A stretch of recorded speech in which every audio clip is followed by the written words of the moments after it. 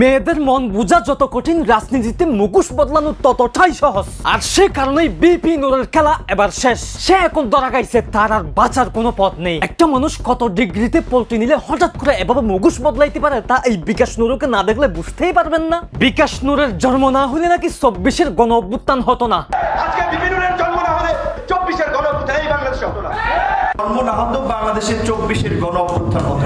এটা শুনে কয়েকদিন পর শেখ হাসিনা এসে বলবে উনি না জন্মাইলে 24-এর গণ অভ্যুত্থান হতো না, কারণ তিনি এটার মূল কারিগর। এর পিছনে তার গুরুত্ব কিন্তু অপরিসীম। বিপি নুরের এই অবদানের জন্য আমাদের সবার উচিত বিকাশের মাধ্যমে ভালোবাসা পাঠানো, কারণ তিনি 24-এর গণ অভ্যুত্থানে বিকাশ সেক্টরের কমান্ডার ছিলেন। বিষয়টা এরকম, যখন কেউ সুনাম করে না তখন নিজের সুনাম নিজেকেই করতে হয়। কপাল ভালো যে এটা বলেনি উনার জন্ম না হলে বাংলাদেশের জন্মই হতো না। যে মানুষ কথায় কথায় মুখোশ বদলায়, তার রাজনীতি না করে হাটে ঘাটে গরু বিক্রি করাই ভালো। নির্বাচনের নাম শুনলে আগে যে লোকটার গায়ে আগুন লাগতো। কি আপনারা মনে করেন কি রাতারাতি নির্বাচন দিলে সব ভালো হয়ে যাবে? না, পরিবর্তন হয়ে যাবে না। একদল খাইছে, আরেক দল খাওয়ার জন্য রেডি আছে।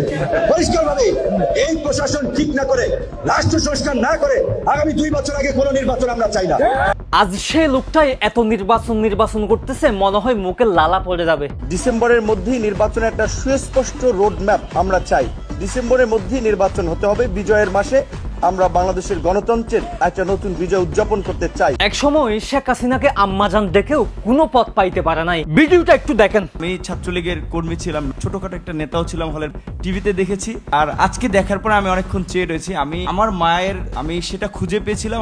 আর আজকে আমি মাননীয় প্রধানমন্ত্রী এতদিন টিভিতে আমি ওভাবে দেখতে পারিনি, কিন্তু আজকে দেখে আসলে আমার মনে হয়েছে যে তার মধ্যে আমার মায়ের চেহারাটা আমি কিছুটা দেখতে পেয়েছি। এরকম একটা জিনিস।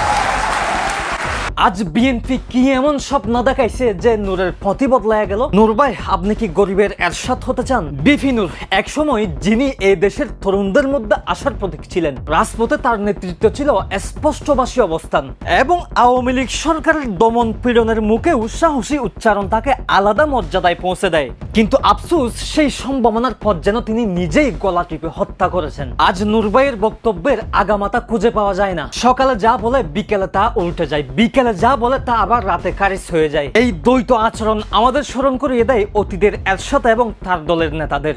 এখন তো অনেকেই বলতে শুরু করেছেন নূর ভাই নাকি গরিবের এরশাদ হয়ে গিয়েছেন। হঠাৎ করে এসে আপনি 2 দিন আগে বিদেশে বসে থাকা ইউটিউবার, ফেসবুকার, আরে যে একজন ইউটিউবার, ফেসবুকার, এরা হচ্ছে দেশপ্রেমী। দেশের বাইরে থেকে এরা আপনার দেশ স্বাধীন করে ফেলেছে। খুব কষ্ট লাগলো। এই গত কয়েকদিনে আমি এগুলো দেখে আমি কনফার্ম হয়েছি টাকা এক জায়গা থেকে বিশাল বড় অঙ্কের পেয়েছেন। আমি বিপি নুরকে আগের বার যেভাবে ধুয়েছিলাম না, বিপি নুর আমার সাথে কথা বলার প্রশ্নই আসে না। সে এরকম ছেলেই না, যথেষ্ট ঘাটতার আসে। এসছে কেন? কৌশল। আমার সাথে সে ঝামেলায় যাইতে চান। আমার সাথে ঝামেলায় গেলে তার রাজনৈতিক ক্যারিয়ারের সমস্যা হবে। সে নিজে গোলাম ময়লা রনির মতো হারাই যাবে। এমন একটা অ্যামাউন্টের টাকা সে পেয়েছে যেটা তাকে বাধ্য করেছে এই কথাগুলো বলতে। ইলিয়াস আমার বিরুদ্ধে বললো, পিনাকি আমার বিরুদ্ধে বলবে, কনক স্যার বলবে, সমস্যা হবে না। যেটা পেয়েছে এইটা বিশাল অঙ্কের, অনেক বড় অঙ্কের একটা অ্যামাউন্ট পেয়েছে।